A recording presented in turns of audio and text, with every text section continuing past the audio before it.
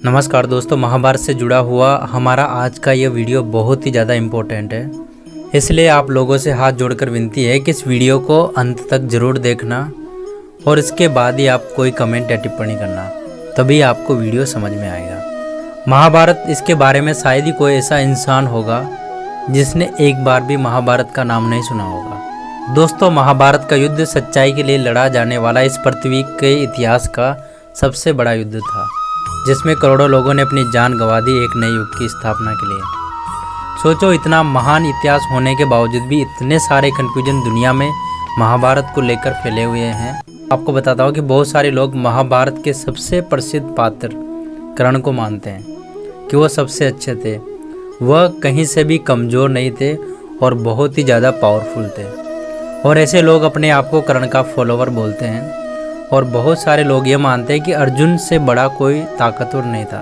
अर्जुन सबसे बड़ा धनुर्धर था, वे किसी के भी सामने नहीं डरता था। और इसी तरह लोगों के उनकी अपनी अपनी वजह से दो गुट बन जाते हैं। दोस्तों, बहुत सारी ऐसी कहानियाँ हैं जो महाभारत के कर्ण और अर्जुन को लेकर, जिससे सुनने के बाद आप हैरान हो जाओगे। जैसे मैंने कर्ण के बारे में सर्च करना शुरू किया तो मैंने एक टॉपिक देखा, तो फिर क्या था, कुरुक्षेत्र की रणभूमि में बजरंग बली और कर्ण का युद्ध हुआ तो कौन जीता, युद्ध कितना खतरनाक था। टॉपिक देखते तो मैं तो हक्का बक्का रह गया कि मैं ये क्या देख रहा हूँ। इस टॉपिक के बारे में तो मैं पहली बार ज़िंदगी में सुन रहा हूँ, और मैंने और डिटेल में समझना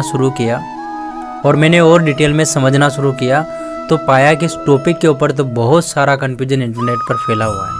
बस मैंने उसी वक्त डिसाइड किया कि चाहे कितना भी समय क्यों ना लग जाए, आज की डेट में इस वीडियो के माध्यम से मैं सारा कन्फ्यूजन क्लियर करूँगा। तो कन्फ्यूजन क्लियर करने के लिए सबसे पहले आप लोगों को वो कथा तो जाननी होगी, वह दिन तो जानना ही होगा जिस दिन ये सारी घटना हुई थी। तो यह घटना उस दिन की है जिस दिन अर्जुन और कर्ण का महाभयंकर युद्ध चल रहा था और कर्ण अपने बाणों की बरसात किए जा रहे थे।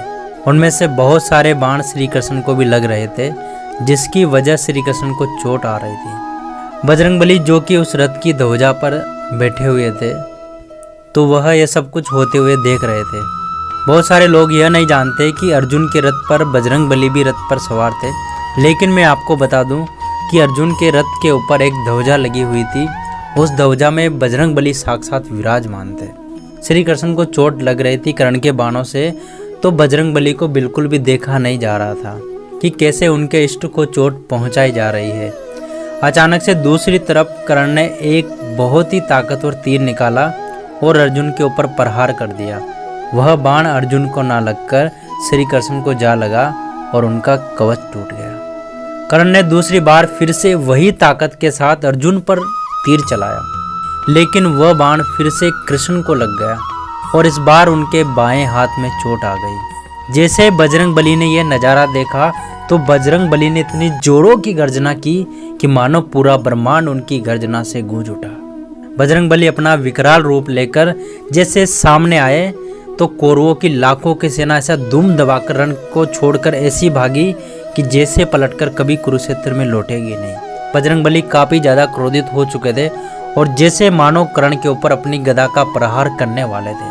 उनके इस रुद्र अवतार को देखकर पांडवों की सेना भी ऊपर से नीचे तक कांप गई थी और पीछे की तरफ भागने लगी। बजरंगबली कर्ण के ऊपर प्रहार कर ही रहे थे, तभी श्री कृष्ण ने अपना दायां हाथ उठाया और बजरंगबली को शांत करने की कोशिश की। बजरंगबली उनके हाथों के स्पर्श की वजह से अपने क्रोध को वहीं रोक लिए और गदा को नीचे किया, लेकिन बजरंगबली का विकराल रूप अभी भी शांत नहीं हुआ था।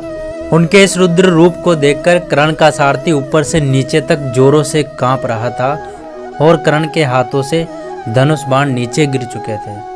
कर्ण भी घबराने लगा था, मानो कि जैसे कर्ण को मृत्यु सामने ही दिखाई दे रही थी।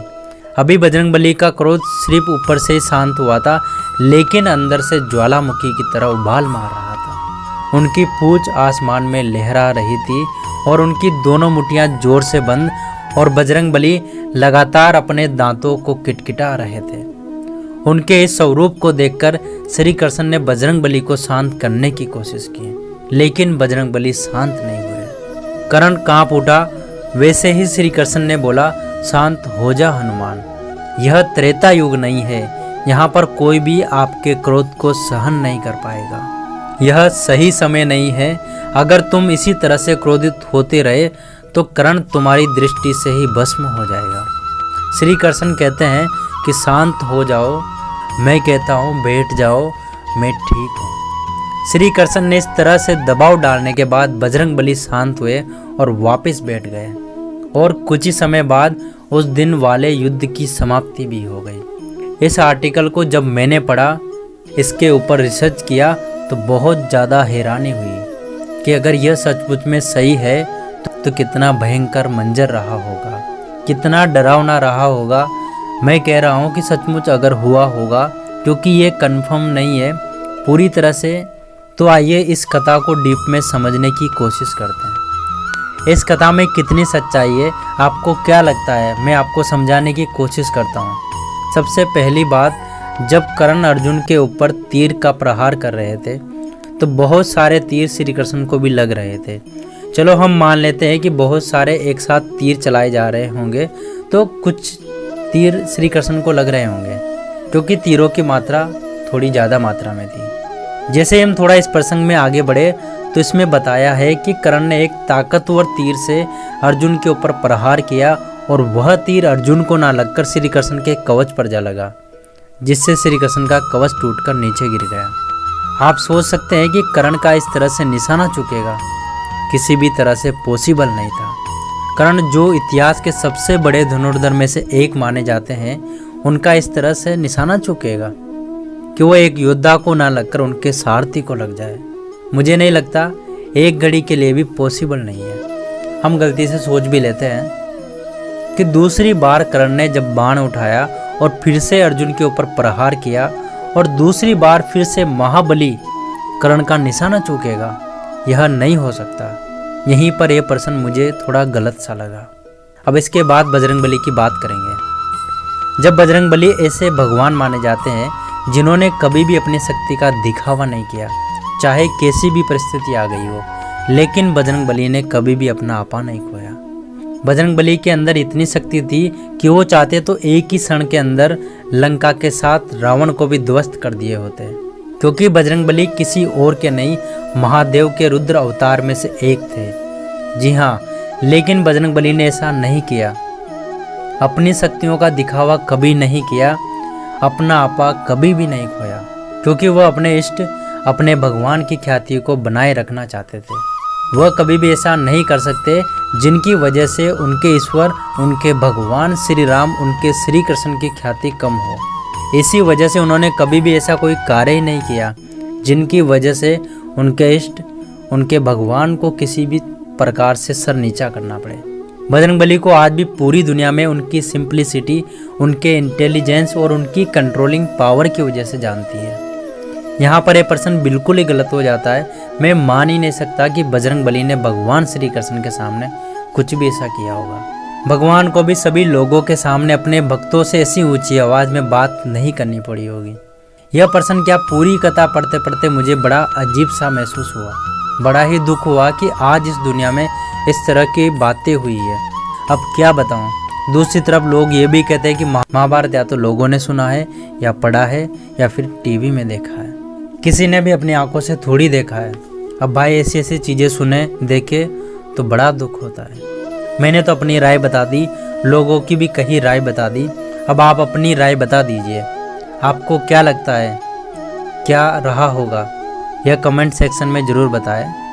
मैं आपकी कमेंट का इंतज़ार करूँगा।